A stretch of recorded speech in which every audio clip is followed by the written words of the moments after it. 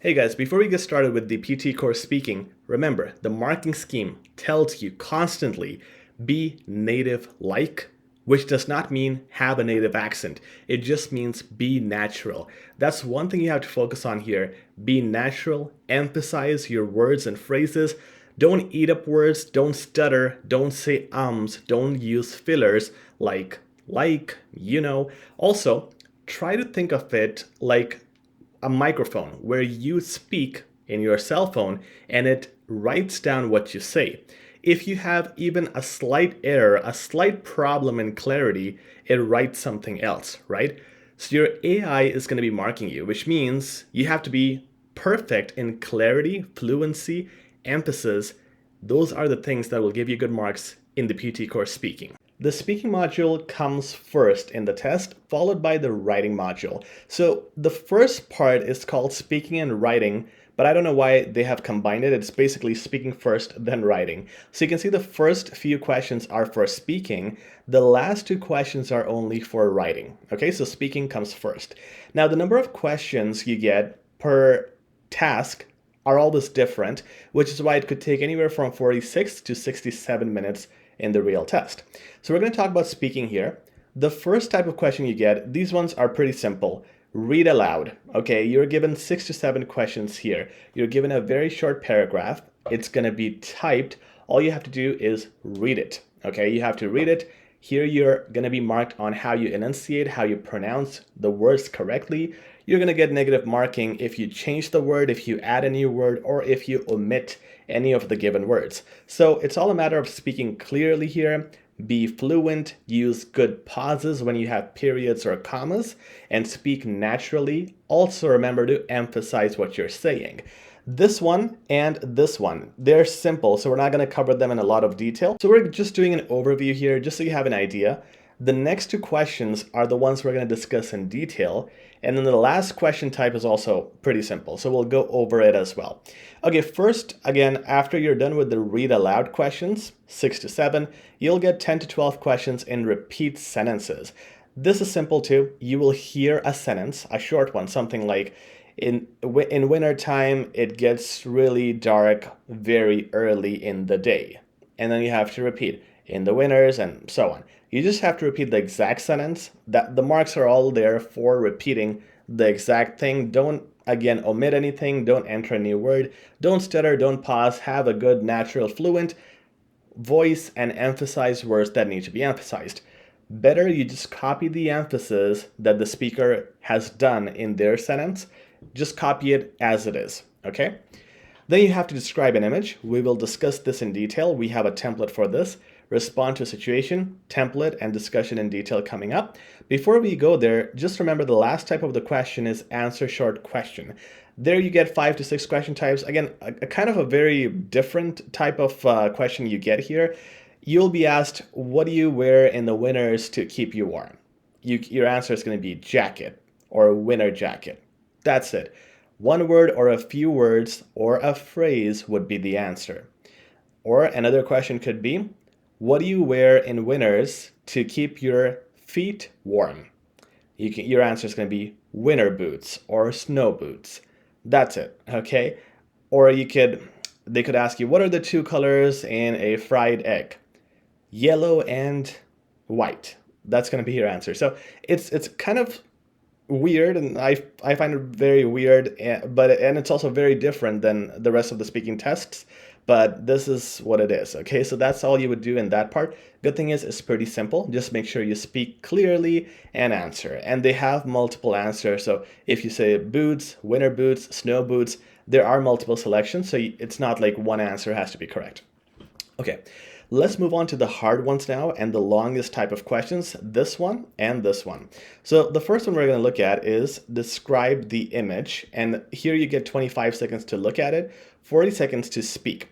You'll get an image like this or different, most likely different because it's different every time. It could be a process, it could be a journey, it could be a fantasy, could be anything. In this case, we have what looks like a plant growing process.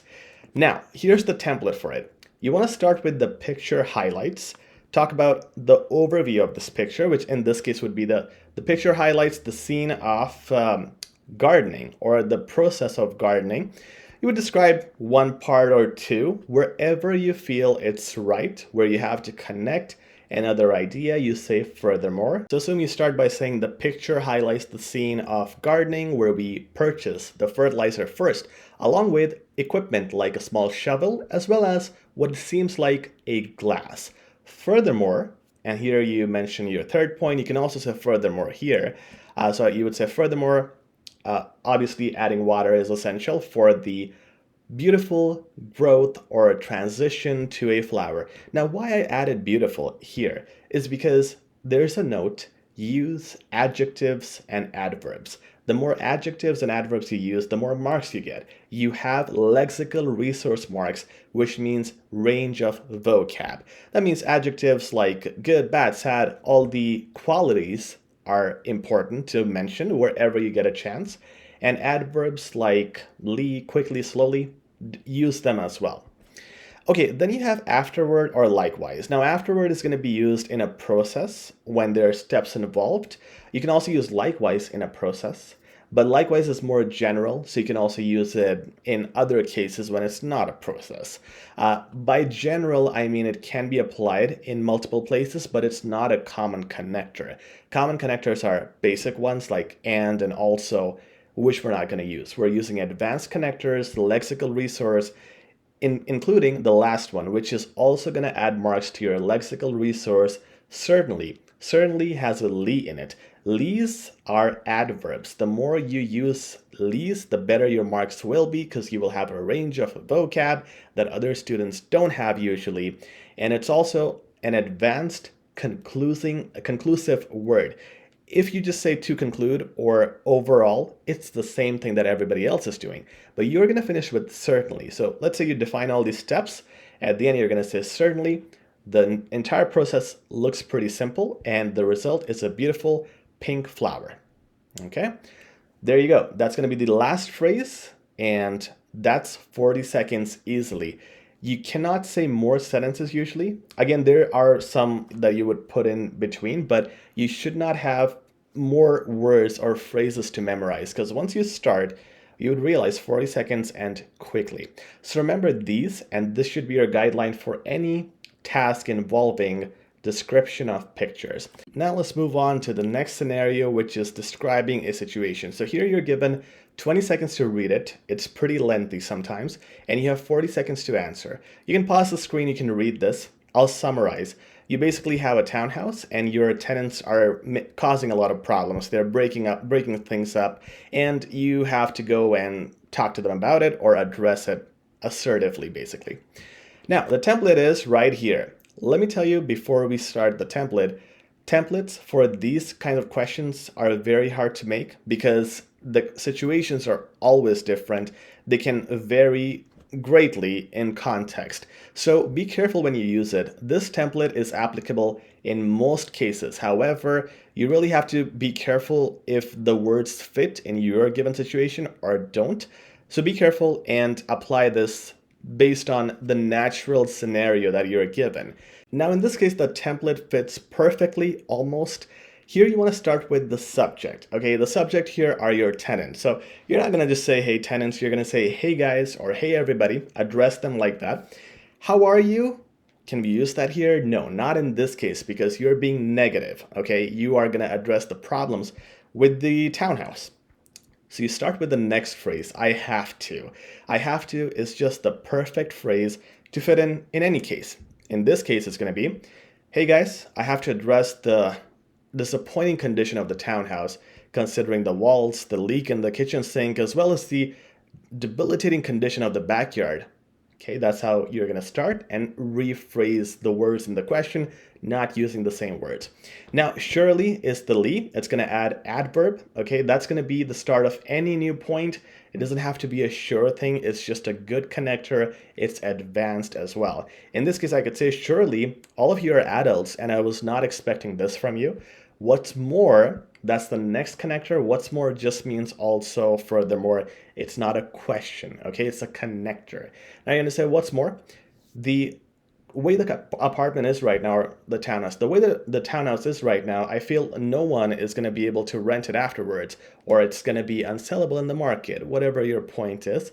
What's more is going to connect to the next point. And I have not given a conclusion. I have said it's situation based. Again, I said the situations are always different here. You would not know how to finish it as a template. In this case, I would tell the tenants that, hey, you have 1 month to fix it. Otherwise, I would have to ask you guys to leave or give you a notice, right? Now, this template will not apply to every scenario. So every scenario would finish with a demand, with a question, with a conclusion, or so on.